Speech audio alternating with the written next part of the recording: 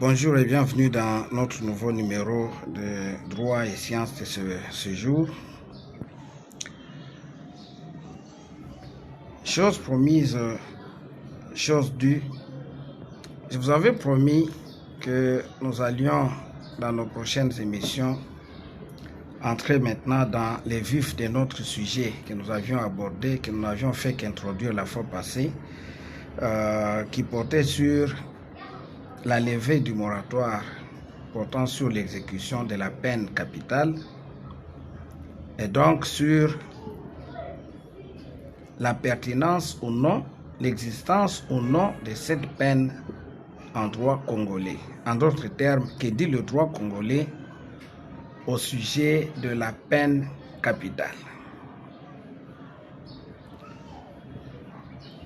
À ce sujet, je vous avais dit qu'il y avait deux écoles de pensée, deux sons de cloche, deux courants sur la question. L'un formé de ceux qu'on appelle abolitionnistes, c'est-à-dire ceux qui prônent l'abolition de la peine capitale. Et l'autre formé des rétentionnistes, c'est-à-dire ceux qui veulent qu'on maintienne la peine capitale. Donc, deux courants de pensée sur la question, deux sons de cloche différents. Et je voudrais dire que c'est ce qui fait pratiquement la beauté du droit. Le droit, c'est une science qui recèle en son sein des contradictions sur le point de vue des différents juristes, comme le disait Karl Marx, que les sciences sociales évoluent sur base de la dialectique thèse, antithèse et synthèse.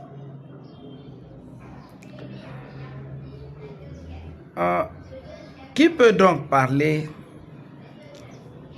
de l'abolition de la peine capitale, sinon ceux qui sont convaincus, n'est-ce pas, de ce point de vue? Et c'est pour cela, comme je vous disais, il y en a qui estiment que cette peine n'existe plus en droit congolais dans son état actuel.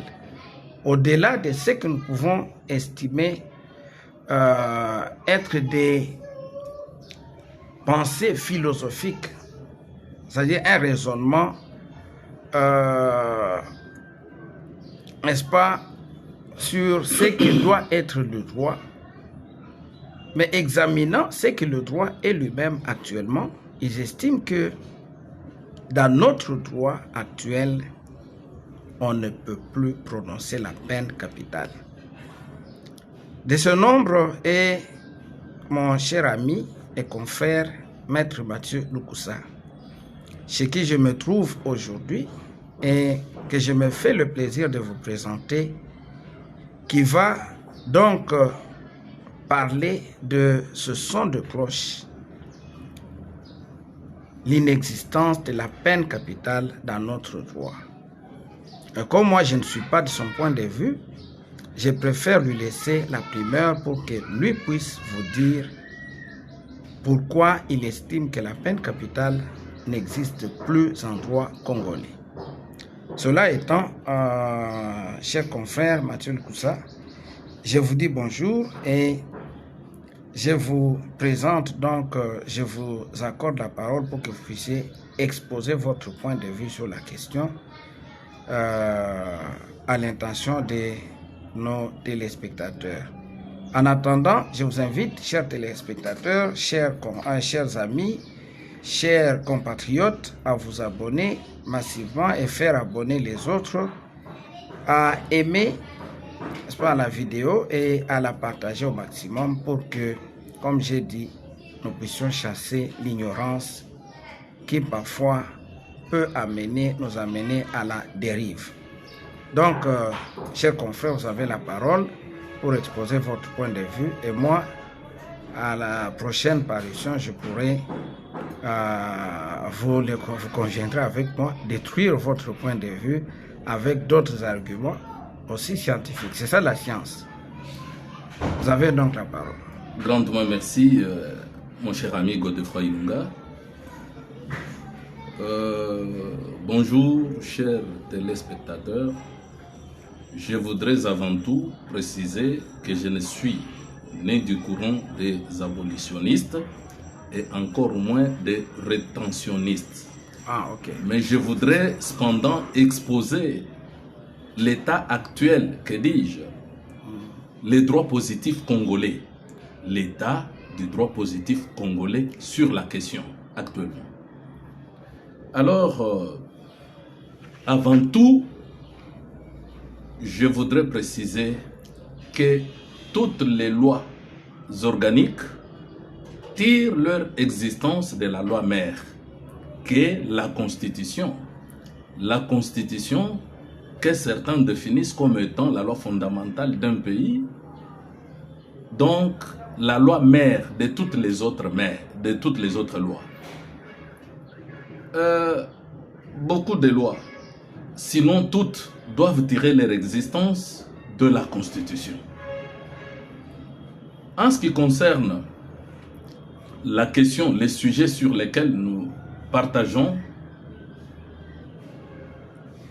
particulièrement les sujets relatifs à l'existence ou non de la peine de mort en droit positif congolais, et éventuellement nous nous entretiendrons plus sur l'illégalité de la levée du moratoire sur la peine de mort.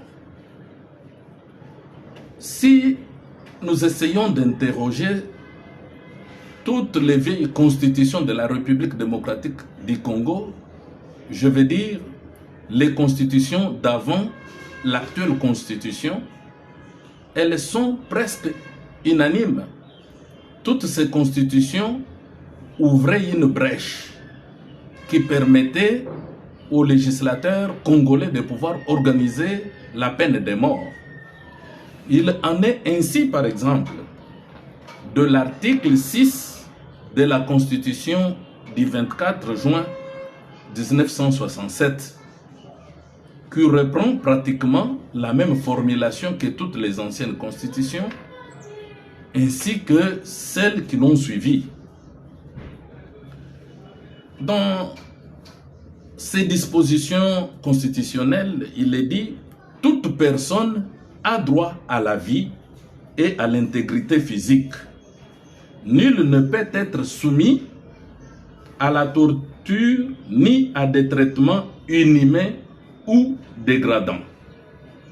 Nul ne peut être mis à mort si ce n'est dans les cas prévus par la loi et dans les formes qu'elle prescrit. » C'est-à-dire, cette constitution du 24 juin 1967, comme toutes les autres, ouvrait une brèche à la loi organique pour organiser la peine de mort en République démocratique du Congo.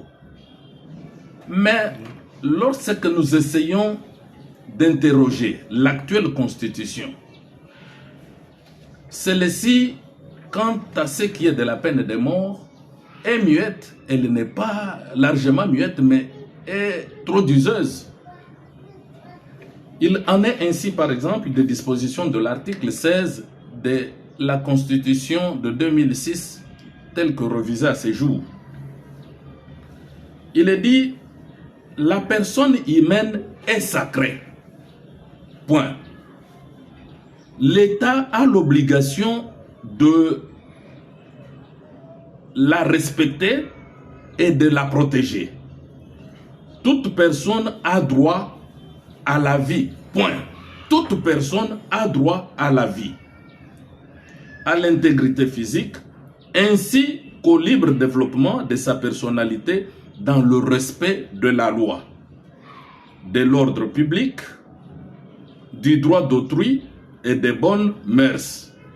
Nul ne peut être tenu en esclavage, ni dans une condition analogue. Nul ne peut être soumis à un traitement cruel, inhumain ou dégradant. Nul ne peut être astreint à un travail forcé ou obligatoire. Ce sont là les termes des dispositions de l'article 16 de l'actuelle Constitution. Elle dit la personne humaine est sacrée. Donc la vie est sacrée. Point. Elle n'ouvre pas la brèche à une loi organique pour organiser la destruction de la vie. C'est ce qui revient à dire que l'actuelle Constitution n'organise pas la mise à mort, n'organise pas la peine de mort. Il m'est loisible de recourir également aux dispositions de l'article 61 de la même Constitution. Et voilà, l'article 61 de l'actuelle Constitution dit également « En aucun cas, et même lorsque l'état de siège ou l'état d'urgence aura été proclamé, conformément aux articles 85 et 86 de la présente Constitution, il ne peut être dérogé aux droits et principes fondamentaux énumérés ci-après. 1. Droit à la vie. On ne peut pas déroger au droit à la vie. La Constitution, en tant que la loi mère de notre pays, dit qu'on ne peut pas déroger au droit à la vie. C'est ça le principe retenu par l'actuelle Constitution. Il n'y a que le droit à la vie, mais on n'organise pas la peine de mort, ni la forme par laquelle une personne peut être mise à la mort, ni les conditions dans lesquelles on peut mettre une personne à la mort. De cela, il y a moyen de retenir que l'esprit et la loi de l'actuelle Constitution ne reconnaissent que le droit à la vie, mais n'organisent pas la peine de mort. Au-delà de tout, il y a lieu de recourir également aux dispositions de l'article 221 de la même Constitution pour comprendre que le législateur est le même. Le principe de parallélisme des formes et des fonds voudrait que l'autorité qui a pris une décision puisse également la défaire. Et de cela, écoutez les dispositions de l'article 221 de l'actuelle Constitution. Il est dit que, c'est dans le titre 8, titre relatif aux dispositions transitoires et finales. Pour autant qu'il ne soit pas contraire à la présente Constitution. Pour autant qu'il ne soit pas contraire à la présente Constitution. Les textes législatifs et réglementaires en vigueur restent maintenus jusqu'à leur abrogation ou leur modification. Or, la loi organique qui organisait la peine de mort dans notre pays est contraire à l'esprit et à la loi de cette Constitution. Donc, ce texte, cette loi organique est abrogée.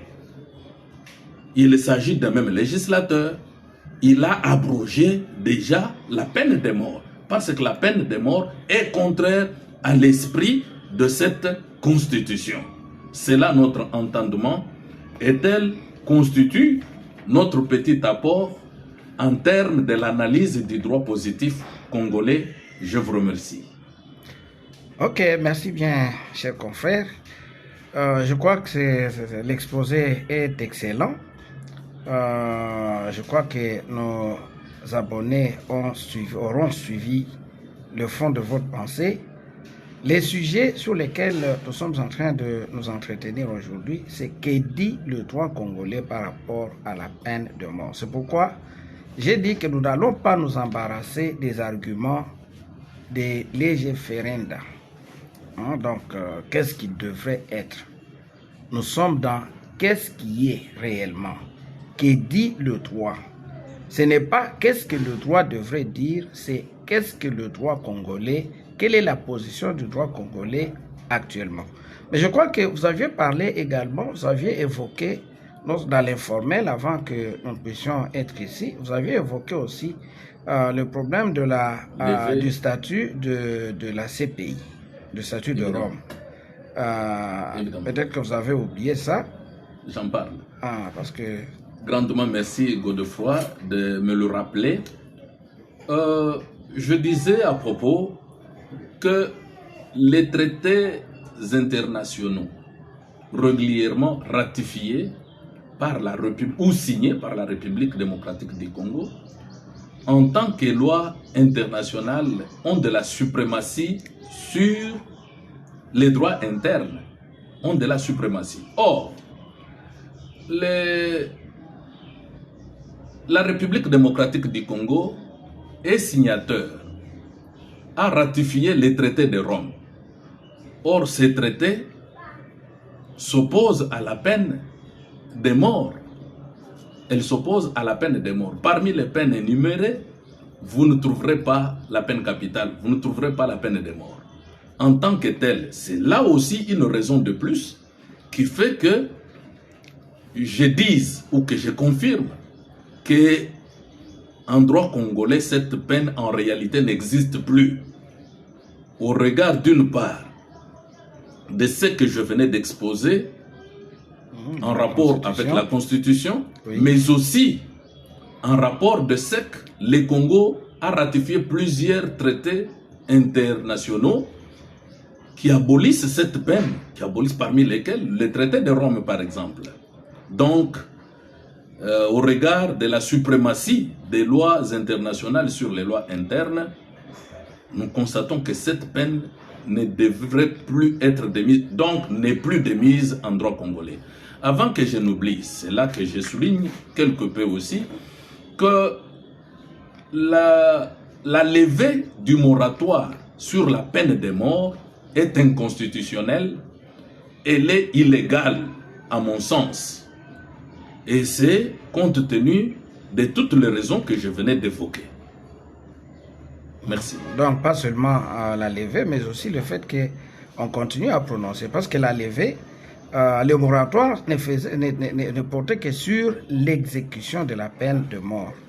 Alors que les cours et tribunaux continuent à prononcer la peine de mort. Donc, ce qui, d'après votre point de vue, est d'abord inconstitutionnel, c'est le fait qu'on continue à prononcer la peine de mort, oui, et le fait que le gouvernement en vienne à lever le moratoire qui avait été, n'est-ce pas, posé sur l'exécution de la peine capitale. Donc, en plus du fait que l'on prononce la peine capitale, le fait que maintenant, il sera désormais question de son exécution, est à plus forte raison, d'après votre thèse, inconstitutionnelle.